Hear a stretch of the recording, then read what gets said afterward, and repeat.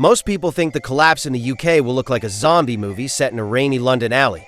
They're wrong. While the masses are fighting for the last tin of beans in a deadlocked traffic jam on the M25, someone is already gone. I found this comment under one of my videos. A guy with a plan so quiet you can almost hear the water lapping against the hull. I thought it was worth listening to. Here in the UK, we have a couple of advantages. Firstly, firearms are relatively rare. How is that an advantage? I hear our American cousins say. I'll come to that. And we have over 7,000 miles of canals that traverse the country. A narrowboat, canal boat, is the perfect bug-out vehicle. Fitted out for comfortable living, like a floating caravan, RV, they are made of thick marine-grade steel. By using the canals, you avoid the problems of traveling by road, traffic jams, government roadblocks, bad guys, etc. And in an EMP scenario, their marine diesel engines can be hand-cranked to get them started. They were designed as commercial haulage vessels, so can carry up to 50 tons, which means carrying a lot of supplies is not a problem.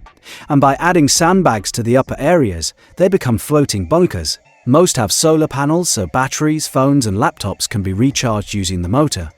Which brings us to firearms. I'm a licensed firearms owner and instructor, so contrary to popular belief, you can own firearms in the UK. I legally own a range of firearms, from .308 long rifles to pistols, revolvers and shotguns.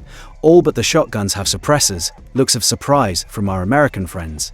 But firearms are still relatively rare in the UK, which means the bad guys' raiders are probably going to be armed with pointy sticks, clubs and knives. Also, when you are in the middle of a canal or river, you are relatively safe, unlike in a campervan or RV. Even if someone approaches with weapons, you're protected by hard cover while they are completely exposed. They would also have to swim through usually freezing water and try to board your vessel.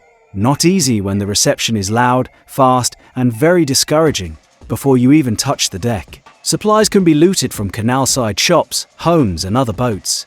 You are also relatively comfortable with beds, stoves, wood-fired heaters, refrigeration and even a hot shower, motor-heated. At night, you can stop in one of the many tunnels, many of which stretch for hundreds of yards with no pedestrian access, so the bad guys have a hard time getting to you, if they even know you are there. A full tank of around 53 gallons can provide roughly 180 hours of cruising time.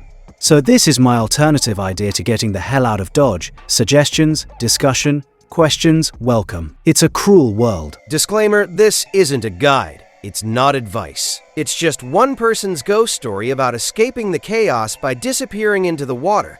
But don't think it's just a British fairy tale. Variations of this ghost story exist everywhere, from the stagnant bayous of the South to the hidden industrial arteries of the Rust Belt. Different climates, different shadows, but protein is still protein, and the rules of the hunt don't change. One last thing, YouTube is currently in its own state of collapse. If you've made it this far through the fog and want to find your way back here next time, hit that subscribe button and wake up the notifications. It's the only signal that still gets through.